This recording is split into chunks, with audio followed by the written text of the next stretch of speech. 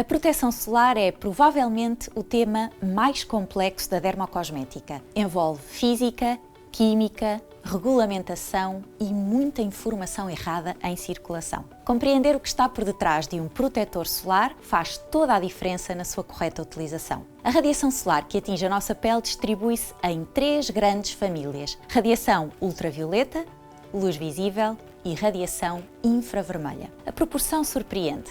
A radiação UV representa apenas uma fração mínima da energia solar, mas é responsável pela maioria dos danos cutâneos que associamos ao fotoenvelhecimento e ao cancro cutâneo. A pele é exposta a 2 tipos de radiação UV com impacto biológico significativo: UVA e UVB. Os raios UVA penetram profundamente até à derme, atravessam vidros comuns e a sua intensidade varia com a localização geográfica, hora do dia e estação do ano. Na pele formam radicais livres pró-oxidantes e têm efeito imunossupressor. A sua ação é cumulativa e muitas vezes imperceptível no momento da exposição, manifestando-se mais tarde sob a forma de rugas profundas, perda de firmeza e elasticidade e manchas de pigmentação. Contribuem ainda para algumas dermatoses e para o cancro cutâneo. Os raios UVB são absorvidos diretamente pelo ADN das células epidérmicas, gerando mutações. Estimulam a produção de melanina, formam radicais livres e têm ação imunossupressora. São responsáveis pelas queimaduras solares, eritema,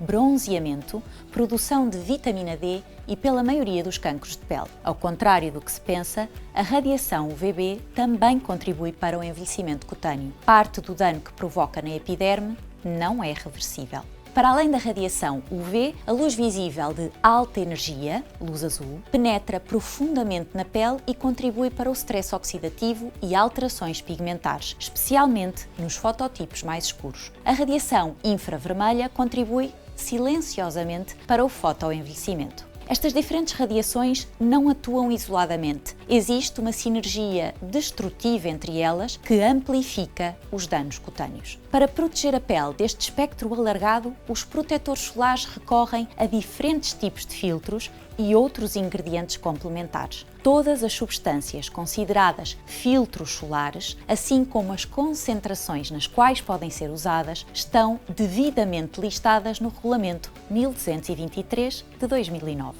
São seguras para nós e para o ambiente. Temos então filtros físicos, minerais ou inorgânicos, óxido de zinco e dióxido de titânio, os únicos 2 filtros físicos existentes. Ao contrário do que se ouve frequentemente, não funcionam como espelhos. Eles protegem principalmente por absorção, cerca de 90%, tal como os filtros químicos. São bem tolerados, mas em fototipos mais escuros podem deixar efeito esbranquiçado, o chamado white cast. Filtros químicos ou orgânicos absorvem a radiação UV e convertem-na em calor. Permitem texturas mais elegantes e maior espectro de cobertura. São exemplos Mexoril, Tinosorb, Uvinul. As formulações modernas combinam frequentemente filtros físicos e químicos para maximizar a proteção. O FPS, fator de proteção solar, mede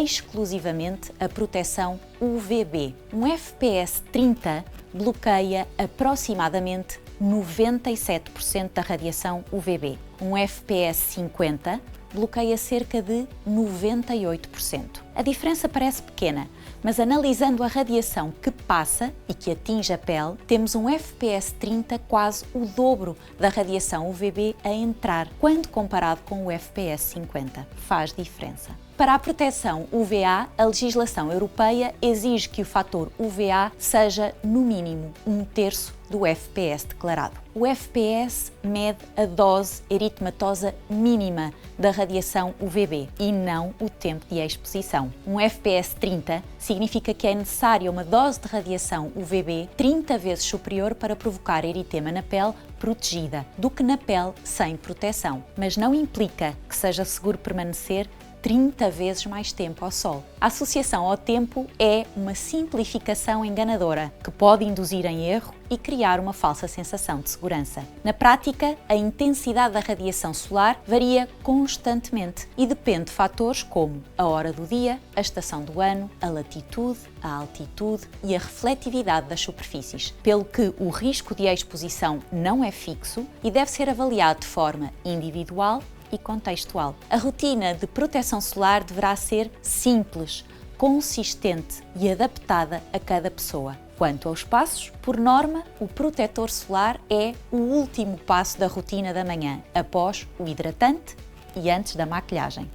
E digo por norma porque já há no mercado algumas inovações que se aplicam de formas diferentes. Assim, o importante é ler sempre as instruções das marcas. O que tende a ser igual é a quantidade certa a aplicar no rosto e no pescoço, o equivalente a 2 dedos da mão, indicador e médio. A maioria das pessoas aplica apenas 25 a 50% da quantidade adequada, o que pode fazer com que o FPS 50 passe a atuar como um FPS 3 ou 7. O protetor não deve ser misturado com outros produtos nem friccionado na pele. Deve formar uma camada contínua à superfície cutânea. A reaplicação é essencial de 2 em 2 horas em exposição prolongada. Existem formatos muito práticos que permitem a reaplicação invisível no cotidiano, assim como protetores solares para zonas específicas, como contorno de olhos ou lábios. Entre o protetor solar e a maquilhagem, devemos aguardar cerca de 5 minutos. E se gosta de ter um tom bronzeado,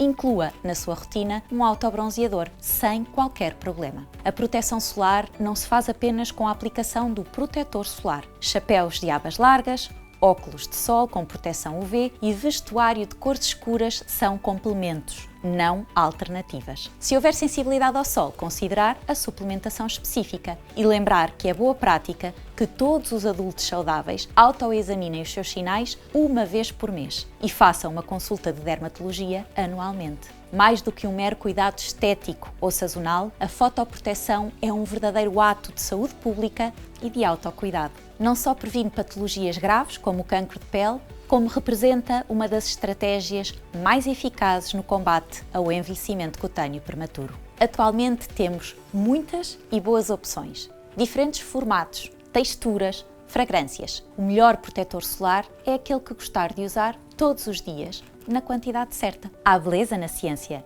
No Beauty Lab, partilhamos beleza.